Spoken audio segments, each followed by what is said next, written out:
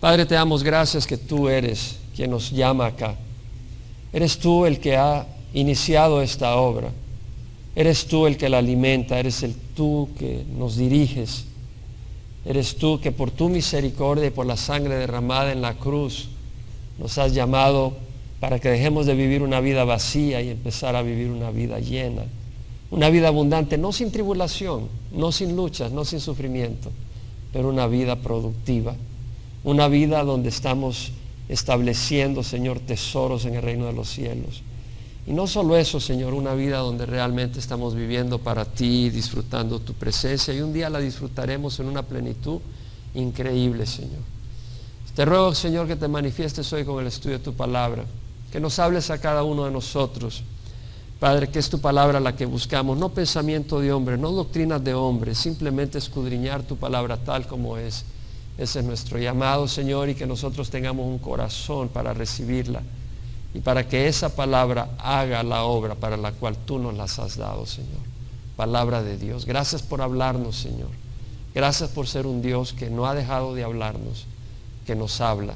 Si alguien está caminando en el camino equivocado, corrígele. Si alguien está con un espíritu, Señor, que no es correcto, Señor, tráele a la luz, al arrepentimiento. Si alguien necesita ánimo, dale ánimo. Si alguien necesita fortaleza, fe, Señor, bendícele. Cuida a cada uno de nosotros y, Señor, que salgamos de aquí transformados, bendecidos y agradecidos por lo que eres. En nombre de Jesús, amén. Se pueden sentar, hermanos. Estamos estudiando la carta de Pablo a los Romanos. Como dijimos, fue una carta que Pablo escribió a las iglesias que están en Roma, y son varias iglesias, porque vimos que se reunían en las casas. Por ejemplo, en la casa de Priscila y Aquila se reunía un grupo ahí, y habían otros grupos. Eso lo estudiamos en el capítulo 16 de Romanos, hicimos referencia a eso. Pablo escribe desde Corinto. Él ha recibido la ofrenda de los santos de Macedonia y Acaya, que está, Macedonia está al norte de Grecia, y Acaya es donde está Grecia y donde está Corinto, puertos. Pablo estaba en el puerto de Corinto.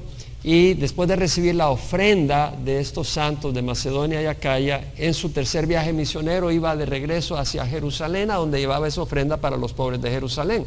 Al final de ese viaje, el plan de Pablo era hacer otro viaje e ir a España, totalmente al occidente, y en el camino pasar por Roma, que quedaba en medio, para poder ser de bendición a los romanos, a la iglesia de Dios en Roma. Y Pablo les menciona en esa carta cómo había tenido deseos muchas veces de ir a Roma, pero estaba impedido porque el propósito de Pablo era ministrar y dar el evangelio en los lugares donde Cristo no había sido proclamado. Y debido a eso estaba predicando por todos lados.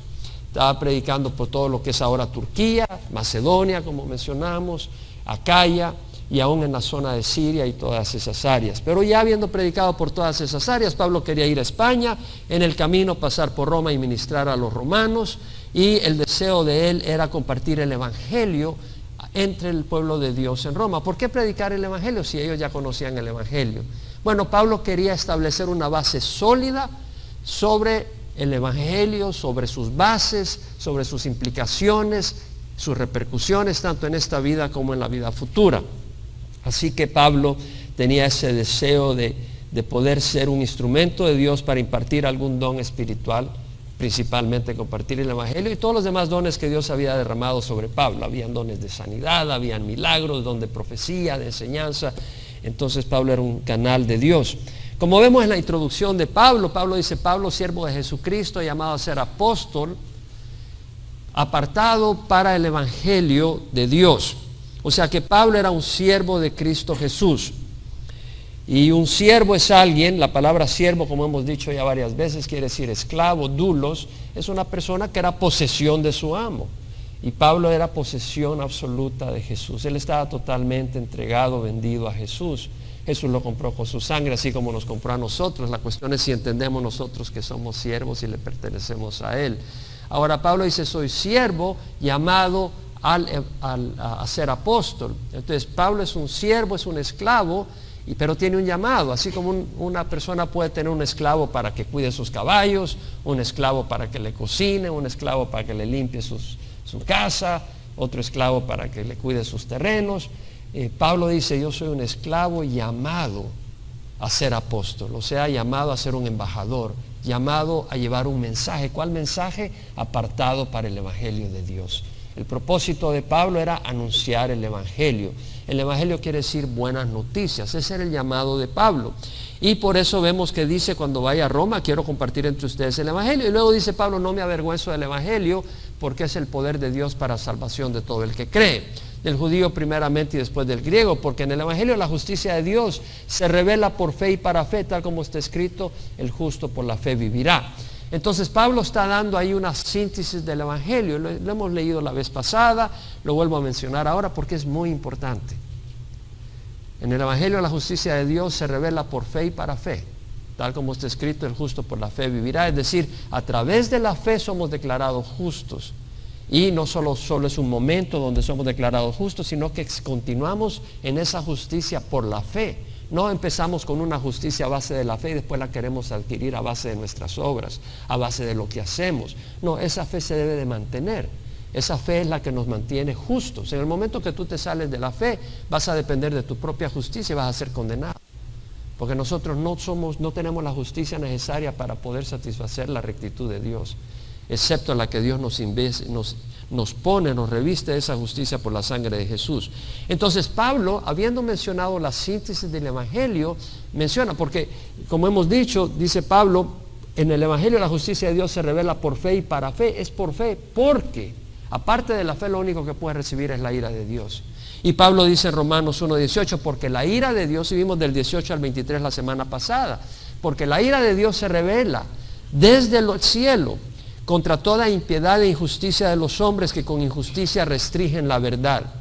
Entonces vemos que Pablo está diciendo que la ira de Dios se revela, está hablando en término presente. La ira de Dios se ha revelado en el pasado, en Sodoma y Gomorra. Pudimos ver cómo Dios derramó su ira, en el diluvio universal, cómo Dios derramó su ira, cuando Dios destruyó a Jerusalén, mandó a Babilonia, derramó su ira contra el pueblo rebelde. Tantos eventos que hemos mencionado en el pasado. También sabemos de que Dios va a derramar su ira en el futuro, en la tribulación. Vimos Apocalipsis capítulo 16, donde habla los juicios de Dios contra el mundo, manifestación de su ira.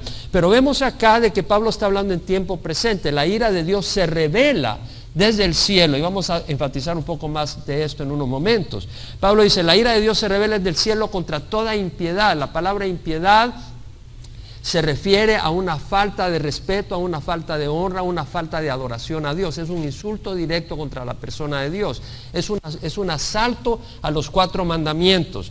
Amar a Dios sobre todas las cosas, es decir, a no tener un Dios aparte de Él, a no hacerse imágenes de ninguna cosa de lo que está arriba en el cielo, ni abajo en la tierra, ni debajo de las aguas. No honrarles ni adorarles, o sea, no a la idolatría, no tomar el nombre de Dios en vano, o sea, respetar a Dios y dedicarle a Dios el tiempo. O sea, esa es la impiedad, no honrar a Dios, no darle el respeto, la honra y la adoración que Él merece. Y la injusticia es una violación del estándar de Dios en nuestro trato con los demás. Entonces Pablo dice, la ira de Dios se revela del cielo contra toda impiedad e injusticia de los hombres que con injusticia restringen la verdad. Ahora, lo que Pablo quiere hablar acá, y lo vimos la semana pasada, ¿qué verdad está restringiendo? Está restringiendo la verdad de los atributos de Dios, que Él es un Dios poderoso, que Él es un Dios creador. Y eso lo está haciendo el mundo ahora con la teoría de evolución, diciendo que venimos del mono, que todo ocurrió hace miles de años, cuando Dios ha creado por el poder de su palabra en 6 días. Y eso lo vimos la semana pasada, pero estoy haciendo un resumen porque el versículo 24 adelante necesitamos entender lo que estoy recordando ahora. Entonces Pablo dice, lo que se conoce acerca de Dios es evidente dentro de ellos, pues Dios se lo hizo evidente. Por eso la ira de Dios se revela desde el cielo contra toda impiedad e injusticia de los hombres que con injusticia restringen la verdad. Porque lo que se conoce acerca de Dios es evidente dentro de ellos, pues Dios se lo hizo evidente. Porque desde la creación del mundo, aquí viene y explica cómo lo hizo evidente. Porque desde la creación del mundo sus atributos invisibles, su eterno poder y su divinidad se han visto con toda claridad, siendo entendidos por medio de lo creado, de manera que no tienen excusa. Es decir, la creación dice, hay un creador. Como dijimos, el Salmo 19 dice, los cielos proclaman la gloria de Dios y la expansión anuncia la obra de sus manos. No habla de un Big Bang, no habla de una explosión, no habla de algo accidental, habla de una mano maravillosa, de un creador maravilloso y poderoso. Entonces Pablo dice, aunque conocían a Dios, estas personas que tienen la evidencia de la naturaleza rechazan a Dios. Dice, aunque conocían a Dios, no le honraron como a Dios, ni le dieron gracias. Y eso vemos en las escuelas. Hoy enseñan que por evolución se produjo esto, lo otro. Hablan de Darwin, pero no le dan la gloria a Dios.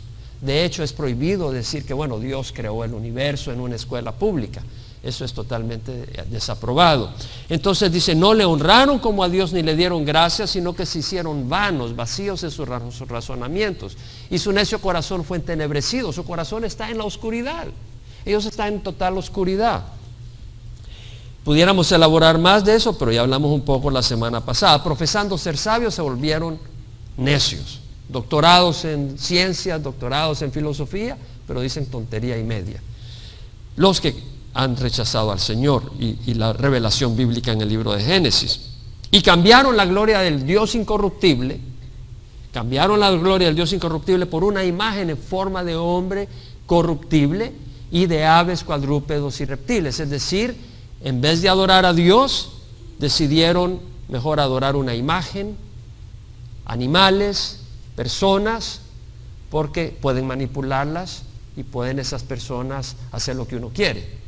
Pero Dios es absoluto y Dios demanda total obediencia. Entonces ellos en su rebeldía, en vez de adorar a Dios, en vez de agradecerle, en vez de honrarle como a Dios, se lanzaron a la idolatría. Entonces ahora vamos a ver las consecuencias. Este es un resumen de la semana pasada. Un resumen muy importante porque no podemos seguir lo que sigue sin haberle hecho este resumen. Del versículo 24 dice, por consiguiente, debido a eso, ¿debido a qué? A que no le honraron como a Dios, ni le dieron gracias. ¿Debido a qué? Por consiguiente, ¿por qué? ¿Por qué causa? Porque cambiaron la gloria del Dios incorruptible por la de una imagen de hombre corruptible, de aves, de cuadrúpedos, de reptiles. Por esa razón, por consiguiente, Dios los entregó a la impureza en la lujuria de sus corazones, de modo que deshonraron entre sí sus propios cuerpos. Entonces acá vamos a leer de que habla del homosexualismo. Dice, porque cambiaron la verdad de Dios por la mentira y adoraron y sirvieron a la criatura en lugar del Creador, que es bendito por los siglos. Amén. Por esta razón Dios los entregó a pasiones degradantes, porque sus mujeres cambiaron la función natural por la que es contra la naturaleza. Y de la misma manera también los hombres, abandonando el uso natural de la mujer, se encendieron en su lujuria unos con otros, cometiendo hechos vergonzosos hombres con hombres y recibiendo en sí mismo el castigo correspondiente de su extravío. Entonces, si vemos acá está diciendo, por consiguiente, Dios lo entregó a la impureza en la lujuria de sus corazones. Ahora, la palabra entregar acá es una palabra activa, que en el griego quiere decir entregar en las manos de alguien, como cuando tú agarras a alguien que está robando, lo agarras y se lo entregas a la policía para que lo metan preso. O sea, entregar a alguien para que esté bajo el dominio, bajo el poder de otra persona, para que lo pongan preso. Entonces, el Señor lo que está diciendo a través de Pablo es que Dios entrega a estas personas al dominio de la suciedad. Quedan ellos esclavos de la suciedad. Y usa la palabra, Dios lo entregó a la impureza. La impureza quiere decir suciedad, contaminación, asquerosidad moral.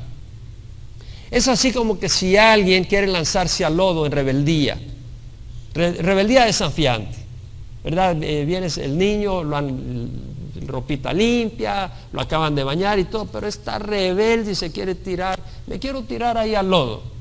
No, pero si es que vamos a salir, no, yo me quiero tirar al lodo. Bueno, lo deja que se tire, pero en este caso el Señor no solo deja que se tire, sino que permite que sea esclavizado por el lodo y que de ahí no se pueda salir por su propia fuerza. Wow, ese es un buen castigo.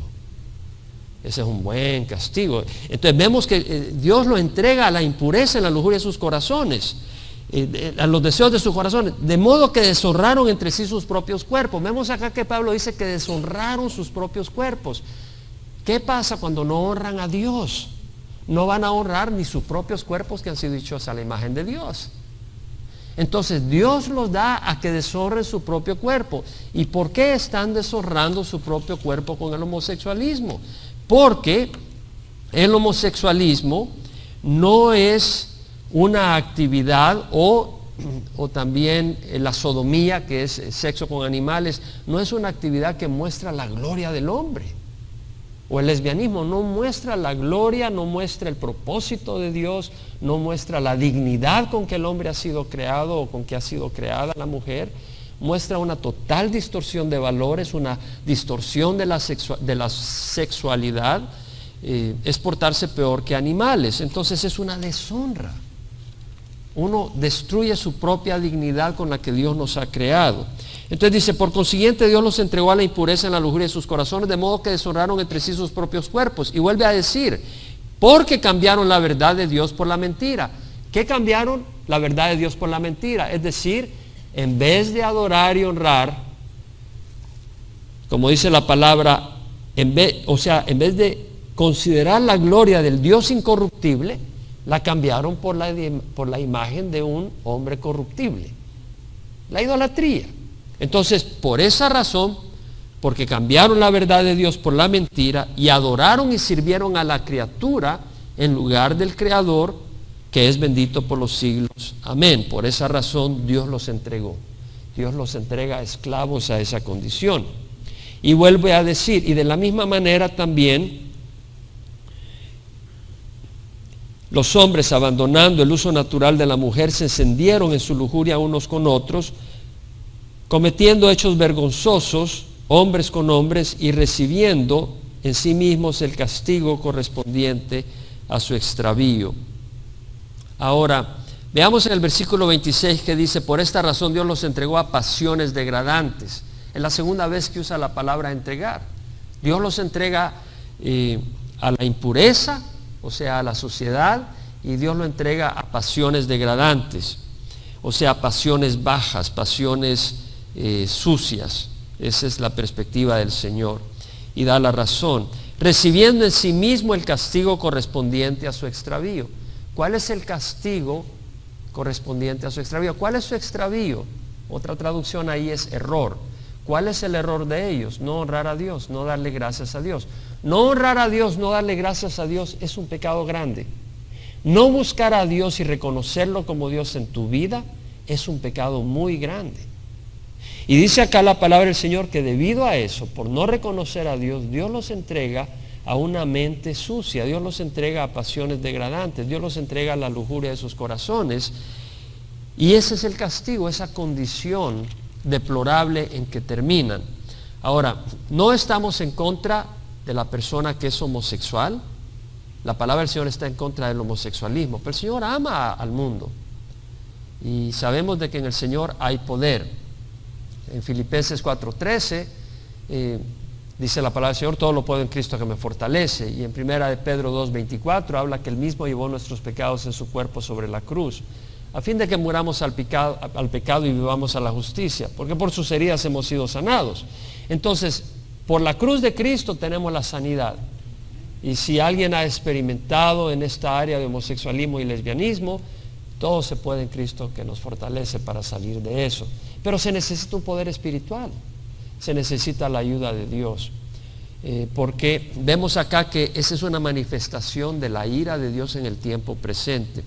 Y vuelve a decir en el versículo 28, así como ellos no tuvieron a bien reconocer a Dios. Vemos la importancia de reconocer a Dios.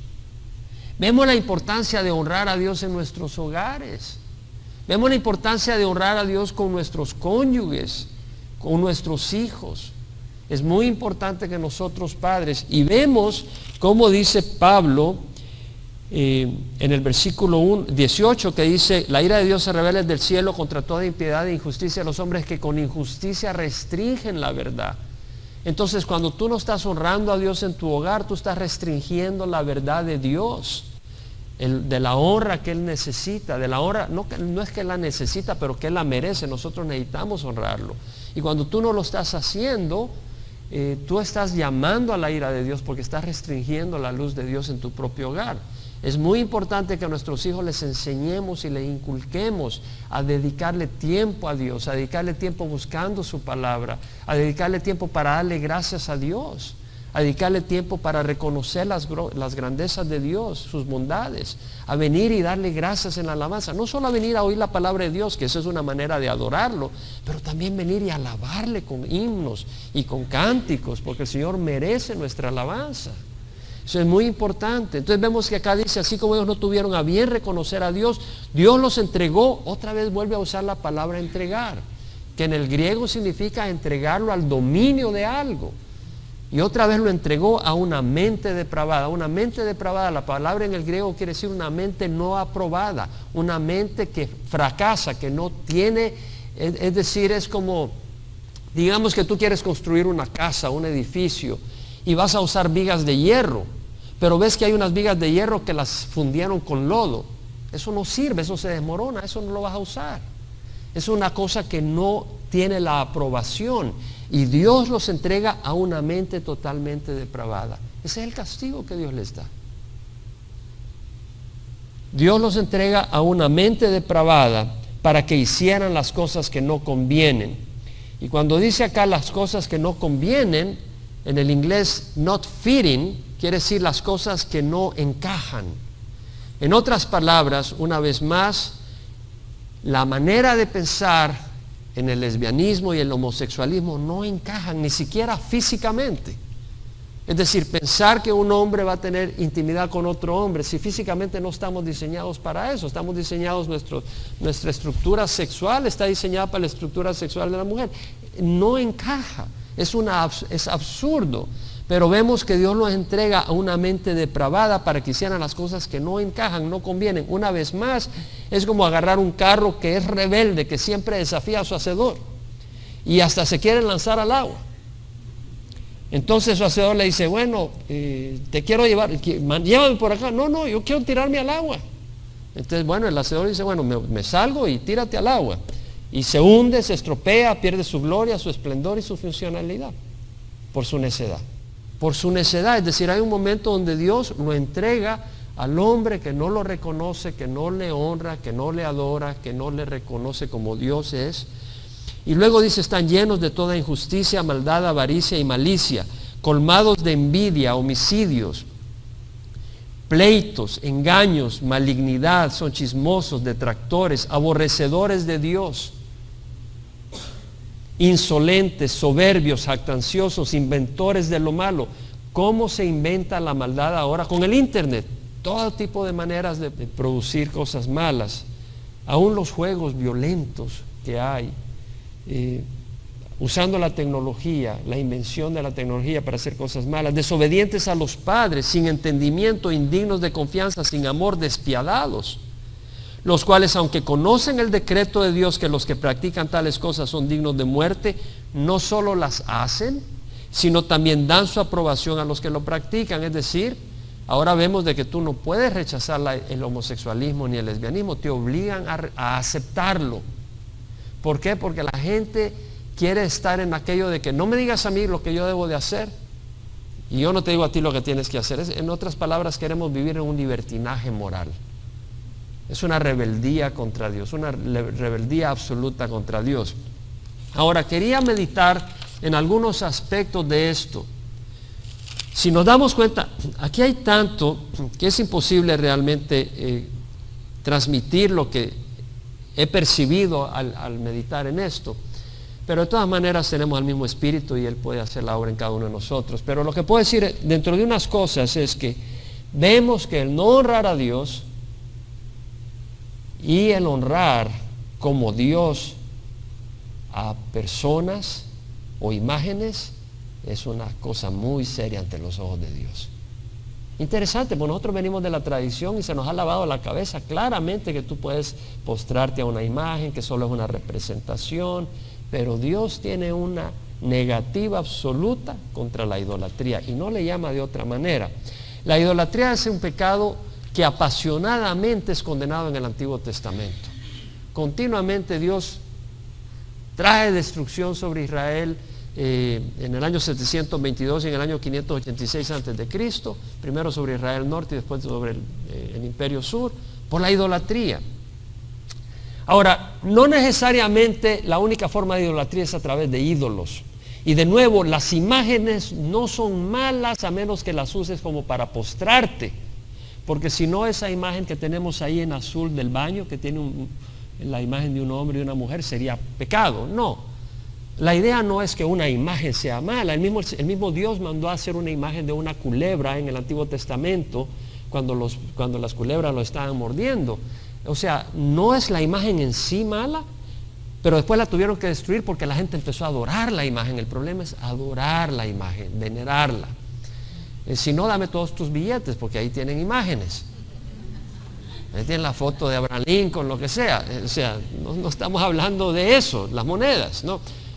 No, la imagen no es mala en sí. Lo que es mal, si tú lees la palabra del Señor, dice claramente: no tendrás otros dioses aparte de mí, no te harás ídolo ni semejanza alguna a lo que está arriba en el cielo, ni abajo en la tierra, ni en las aguas debajo de la tierra. No les adorarás ni les servirás, porque yo, Jehová tu Dios, soy un Dios celoso, que castigo la iniquidad de los padres sobre los hijos y sobre los hijos de los hijos, hasta la tercera y la cuarta generación de los que me aborrecen, pero muestro misericordia a miles de los que me aman y guardan mi palabra.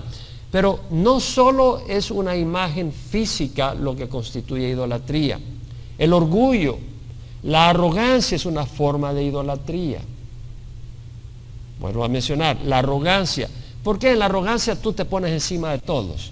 Tú estás arriba de todos, tú mandas, te pones encima de todos, y al hacerlo estás ocupando el puesto del trono de Dios. El que debe estar encima de todos es Dios, y nosotros somos siervos, punto. Entonces, cuando tú te quieres poner encima de todo y todo gira alrededor tuyo, tú estás rehusando que Dios reine en tu vida, porque Dios no te ha puesto encima de nadie. Dios te puede usar como un siervo para servir a otros en una posición de liderazgo, pero no para ser la cabeza, digo, en el sentido que le corresponde a Dios. Somos guías, Dios usa sus guías, ¿no? Pero estoy hablando de la arrogancia en donde tú dices: yo me pongo acá y esta es mi manera de hacer las cosas y punto. No, eso no es así. Entonces, cuando tú haces eso, rehusas que Dios reine, guíe tu vida, y fue la causa de la caída de Lucifer, ¿no? Porque quiso ser como Dios, quiso tener la posición que le corresponde a Dios. El egoísmo es una forma de idolatría. En el egoísmo tú pones al yo en el lugar de Dios. Lo que buscas complacer no es a Dios, sino a ti. Si me complace a mí, bien, y si no, pues que se amuelen, ¿verdad? Todo lo que me complace a mí, eso es ponerte a ti en el lugar que le corresponde a Dios. A quien debemos de complacer es a Dios, y lo más hermoso es que cuando complacemos a Dios, somos bendecidos. Realmente si tú haces de tu vida el centro, vas a ser miserable, te lo garantizo, porque lo he probado.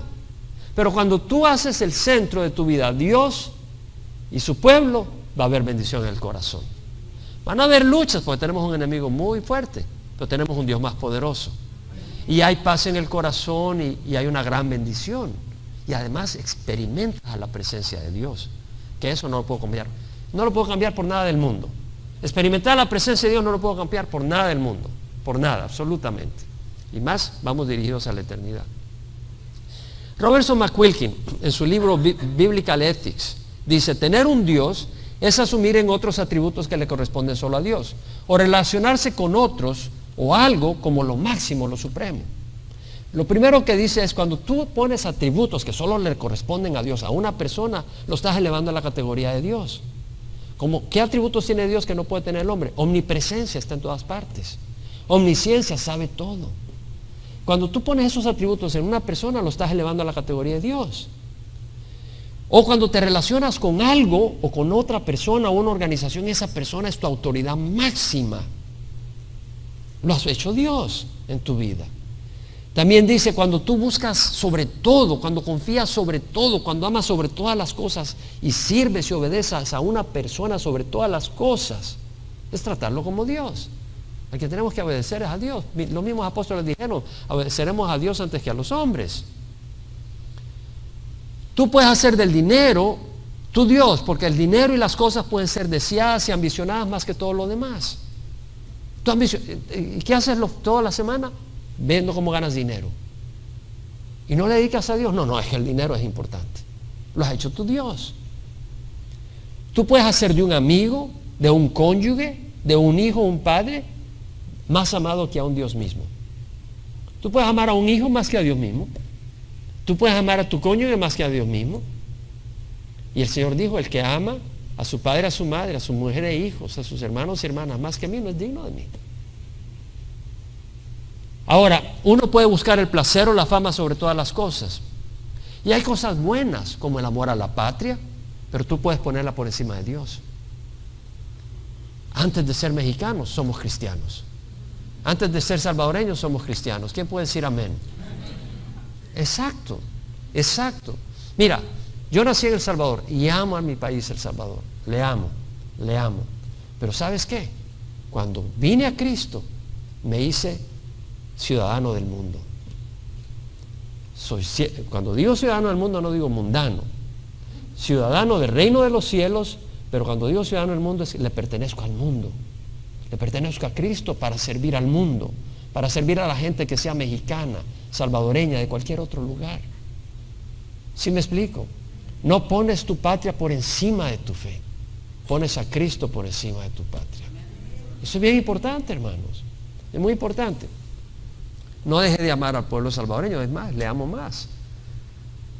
Pero ahora también mi amor es para el pueblo mexicano, para el pueblo peruano, para el pueblo cubano, para otros lugares también. Cuando tú le atribuyes poderes sanadores a una imagen, a una estatua, o cuando tú crees que algo que te guindes en el cuello te va a proteger de un accidente, no le estás poniendo los atributos que le corresponden a Dios. Cuando tú crees que una estatua o una imagen va a sanarte, eso le corresponde a Dios. Dios es el que sana. Entonces tú estás cometiendo idolatría. La Biblia prohíbe hacer ídolos e inclinarse a ellos. Inclinarse ante una estatua, un pedazo de madera o eso está estrictamente prohibido por Dios y provoca la ira de Dios. El tomar el nombre de Dios en vano es deshonrar a Dios. Yo no te invito a que hagas chistes del Señor o de las cosas de la Biblia. A veces personas hacen chistes y fíjate que el Señor y aquí dijo esto y lo otro y hacen su chiste. Yo creo que nuestro Dios es santo y debemos de reverenciar al Señor y no participar en chistes. No quiere decir que no tengamos sentido de humor, pero hay que saber en qué lugar está el sentido de humor. Tenemos que ser sabios. Chistes acerca de la Biblia, la palabra de Dios, Jesucristo, el Espíritu Santo, es tratar sin respeto y no honrarlo y provoca la ira de Dios. Ahora, Dios ha derramado su ira en el pasado, dijimos, y lo hará en la tribulación, pero la Biblia habla de la ira presente. Como vimos Romanos 1:18 dice, la ira de Dios se revela desde el cielo contra toda impiedad e injusticia de los hombres que con injusticia restringen la verdad. En el Salmo 7:11-12 dice, Dios es juez justo y un Dios que se indigna cada día contra el impío. ¿Quién es el impío? ¿Qué dijimos que era la impiedad? La falta de honrar y de darle gracias a Dios. Y mira, dice Dios es un juez justo y es un Dios que se indigna cada día. No solo está hablando del pasado, no solo está hablando del futuro, está hablando del presente. Dios se llena de indignación cada día contra el impío. Y si no se arrepiente, él afilará su espada, tensado y preparado está su arco. Juan 3:36 dice, el que cree en el Hijo tiene vida eterna. El que cree en el Hijo tiene vida eterna, pero el que no obedece al Hijo no verá la vida, mas la ira de Dios permanece en él. Las palabras de Dios son tremendas. Analiza lo que dice acá. El que cree en el Hijo, ¿qué dice? Tiene, no dice tendrá. El que cree en el Hijo dice, tiene vida eterna. Es un hecho, tiene vida eterna. Pero luego dice, pero el que no cree, no dice así. Pero el que no obedece. Porque tú puedes decir, yo creo en Dios. ¿De veras que crees? Obedécelo. Porque si crees, obedece. Por eso dice, el que cree en el Hijo tiene vida eterna. Pero el que no obedece al Hijo no verá la vida. Es decir, no la verá jamás, no verá la vida eterna. Existirá eternamente en una condenación eterna, pero no verá la vida abundante que Dios ofrece. Por eso dice, el que cree en el Hijo tiene vida eterna, pero el que no obedece al Hijo no verá la vida, mas la ira de Dios permanece en él, permanece desde ahora. Es decir, Dios no se equivoque, Dios no se equivoque. Ahora ese Dios de amor que ama a la humanidad es un Dios también que está lleno de ira por la maldad del mundo. ¿Sí me explico? Ese Dios que ama a la humanidad está lleno de ira por la maldad del mundo. ¿Y sabe qué? Si tú no estás cubierto por la sangre de Cristo, es la ira de Dios la que tienes encima de ti. Y esa ira de Dios se está manifestando, ya sea por homosexualismo, por lesbianismo, que Dios está permitiendo que estés atrapado en ello. Y un día se manifestará totalmente cuando el Señor venga y traiga su juicio. Eso es lo que dice. De hecho, en Efesios 2, 1 al 3, dice Pablo: Él os dio vida a vosotros que estabais muertos en vuestros delitos y pecados, en los cuales anduvisteis en otro tiempo. Le está hablando a los creyentes, dice: anduvisteis en otros tiempos, según la corriente de este siglo, conforme al príncipe de la potestad del aire, el espíritu que ahora opera en los hijos de desobediencia. No les dice hijos de Dios, les dice hijos de desobediencia. No todos somos hijos de Dios, hermanos. Y no me importa si tú fuiste a una cruzada de Greg Laurie o de Billy Graham y recibiste al Señor con tus labios. La pregunta es: ¿estás produciendo fruto ahora? Porque la rama que no produce fruto, el Señor la quita, se seca y es echada al fuego. El espíritu que ahora opera en los hijos de desobediencia, entre los cuales también todos nosotros en otro tiempo vivíamos en las pasiones de nuestra carne. No puedes estar viviendo en las pasiones de la carne ahora y decirme que la ira de Dios no está sobre ti. Satisfaciendo los deseos de la carne y de la mente. Y éramos por naturaleza hijos de ira, lo mismo que los demás. Es decir, cuando tú no estás cubierto por la sangre de Jesús, tú eres hijo de ira, no eres hijo de Dios. No lo digo yo, lo dice el Señor. Pero el Señor nos ama. La justicia de Dios provoca la ira cuando ve el pecado. Y aquellos que cometen pecado acumulan ira contra ellos. Pero Dios nos ama. Y porque Dios nos ama, dio a su Hijo Jesucristo a morir en la cruz por nosotros. Y dice: sal de ese ambiente. Tu comportamiento provoca mi ira. Tu comportamiento, tu manera de actuar está provocando mi ira. La única manera es que escapes. Y si tú dices: yo sigo acá, la ira de Dios viene contra ti. No hay otro escape, no hay manera. Bueno, hijos de la ira, ¿verdad? Nosotros somos hijos de Dios, ¿por medio de quién? Por medio de Jesucristo. Juan 1:12, ¿verdad? A los suyos vino, pero los suyos no le recibieron. Pero a los que recibieron, a los que creen en su nombre, les dio el derecho de ser llamados hijos de Dios. A los que creen en su nombre. ¿Quiénes son los que creen en su nombre? Los que lo muestran obedeciendo. El hecho de que tú estés acá es porque hay una obediencia en tu corazón, buscando a Dios, queriendo honrarle. Esa es una prueba que estás queriendo honrar al Señor. No es la prueba única, pero tiene que manifestarse en el resto de tu vida. Ahora, 1 Tesalonicenses 2, 14 y 16: vosotros, hermanos, viniste a ser imitadores de las iglesias de Dios en Cristo Jesús que estaban en Judea. Pablo le está escribiendo a la iglesia tesalónica y les dice que ellos han sufrido como las iglesias de los judíos en Jerusalén. Vosotros padecisteis los mismos sufrimientos a mano de vuestros propios compatriotas, tales como ellos padecieron a mano de los judíos. Es decir, los creyentes judíos en Jerusalén, en Judea, padecieron a mano de los judíos, incrédulos.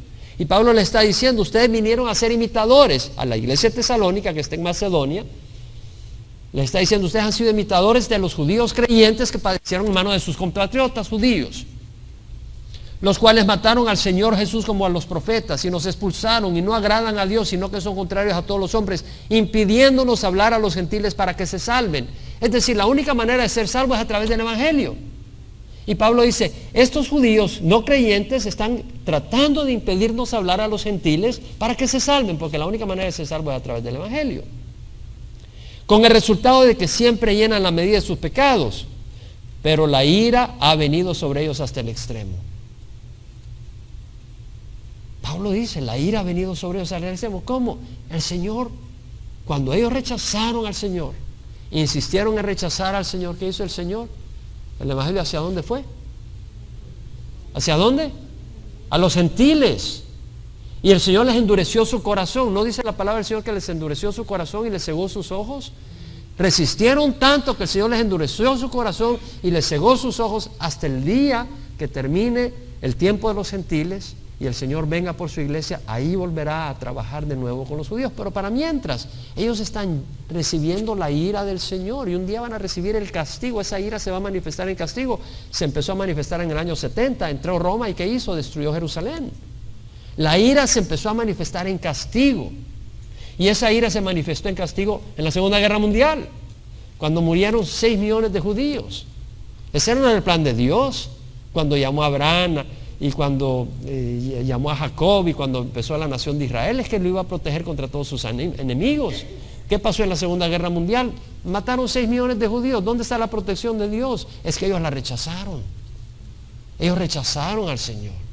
Entonces la ira de Dios se manifestó en castigo. ¿Por qué la ira de Dios? Porque Dios es único, solo es Dios, solo Él es el creador, solo Él puede salvar, Él es la fuente de todo lo bueno. Nadie más merece el honor especial que merece Jesús.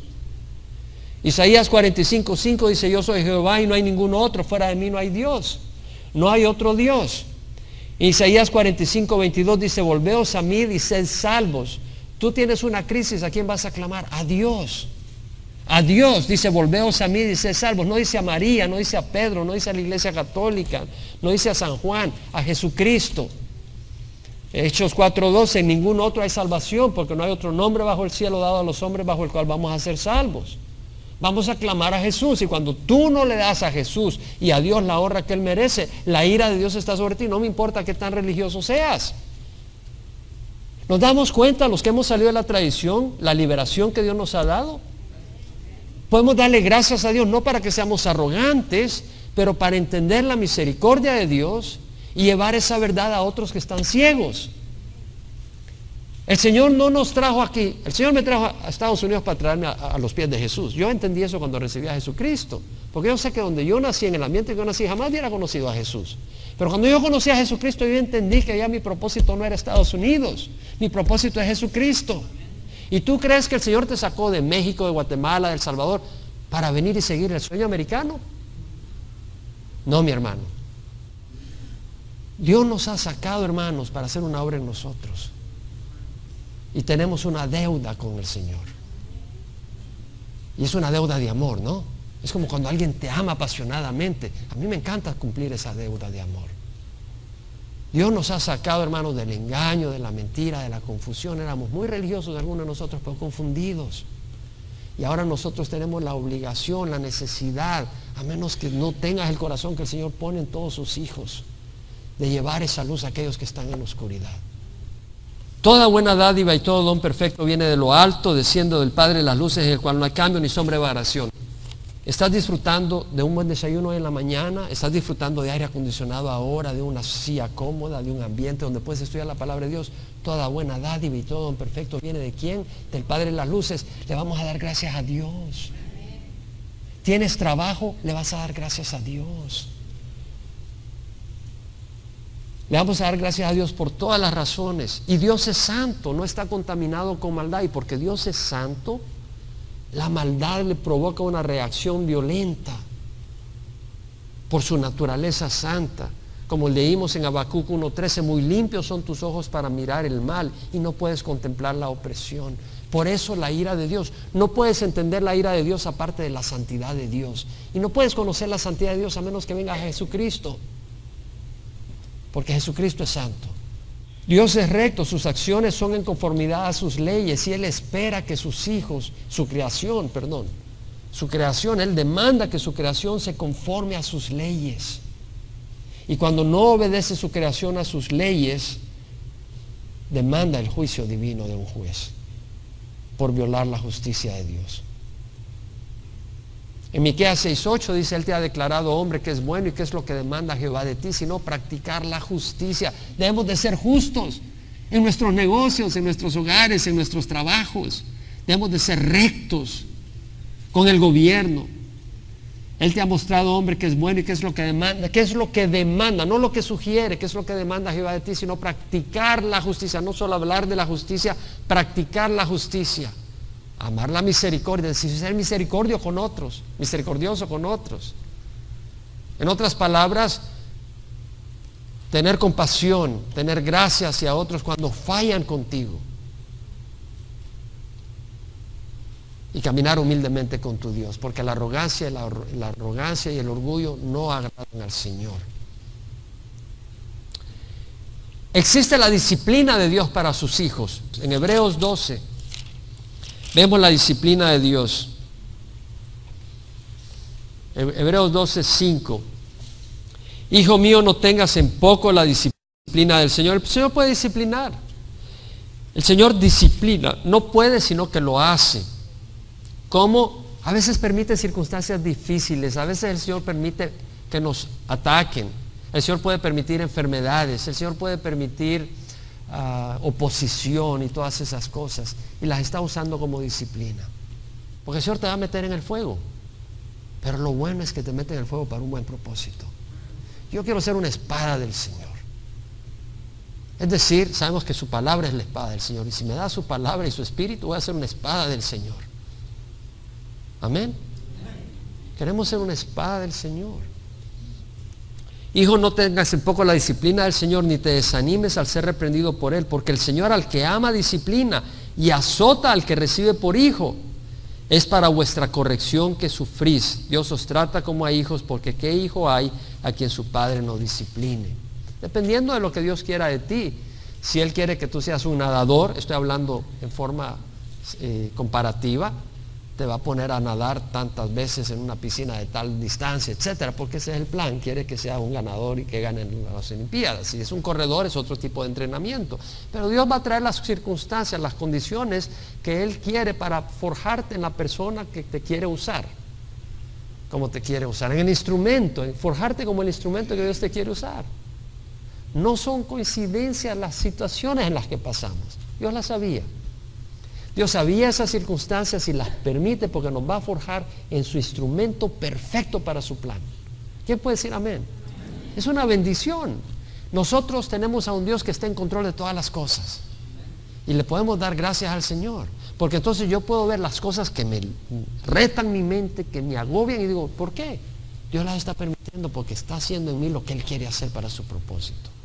Es una bendición.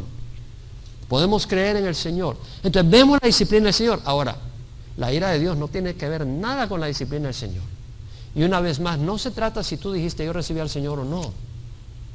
Porque desgraciadamente estamos viviendo en un ambiente ahora, en Estados Unidos, donde en la iglesia yo creo que van a haber muchas personas que cuando ven al Señor se van a sorprender. Se van a sorprender. En Hebreos 10:26 dice, si continuamos pecando deliberadamente, después de haber recibido el conocimiento de la verdad, ya no queda sacrificio alguno por los pecados, sino cierta horrenda expectación de juicio. Esto no es disciplina. Horrenda expectación de juicio. Y la furia, esto no es disciplina. Este es un fuego consumidor. La furia de un fuego que ha de consumir a los adversarios. Como dijimos, no podemos hablar de buena noticia si no sabemos de la mala noticia, ¿no? Y sabemos que la ira de Dios está pendiente sobre la humanidad por el pecado que causa su santidad y la distorsión del ser humano. Y nosotros hemos hallado abrigo y refugio en Él. Vamos a pararnos. Si tú nunca has recibido al Señor o si has caminado en pecado, no juegues con el Señor, nadie se burla, de Dios nadie se burla. Yo te invito a que cierres los ojos y que le pidas al Señor perdón. Y si nunca has recibido a Jesús, recíbelo hoy. Muy sencillo. No barato, le costó su vida. Derramó su sangre en la cruz por nosotros. Pero muy sencillo, lo que tienes que hacer es tener un corazón humilde y decir, Señor, yo te necesito. ¿Sabes que la arrogancia te va a separar de Dios y te va a llevar al infierno? Bienaventurados los humildes, porque ellos es el reino de los cielos. Bienaventurados los pobres de espíritu, dijo el Señor. Bienaventurados los humildes. Felices aquellos que reconocen que somos pecadores y que necesitamos del Señor. Y que tenemos hambre por su palabra. Porque queremos oír la voz del Señor, no la de hombres, no para vanagloriarnos en organizaciones o lo que sea. Queremos oír la voz de nuestro papá. Porque queremos obedecerle a nuestro papá, es lo que queremos. Obedecerle a papi. Eso es lo que queremos. No nos interesa inflar ni levantar a ninguna otra persona más que a Jesucristo y a Él crucificado. Y si ese es tu deseo hoy, pídele al Señor que venga a tu vida. Pídele perdón y ora conmigo. Padre Santo, te ruego perdón por mis pecados. Hoy recibo a Jesucristo como Señor de mi vida. Dame tu Santo Espíritu, Señor, para poder seguirte, oír tu voz, entender tu palabra, tener hambre de tu palabra, para poder decir sí a lo que tú me pides y no al pecado. Hoy te recibo para que guíes mi vida. Toma el control de mi vida, Señor, te necesito. Gracias que tu sangre en la cruz paga por todos mis pecados. Es un sacrificio precioso y valioso, lo suficientemente valioso. Hoy te recibo como Señor y Salvador mío. En nombre de Jesús, amén. Si hoy has hecho esta oración por primera vez, la Biblia dice que Dios ha entrado a residir en tu corazón. A los suyos vino, pero los suyos no le recibieron. Pero a los que le recibieron, a los que creen en su nombre, les dio el derecho de ser llamados hijos de Dios. Y esa es la promesa.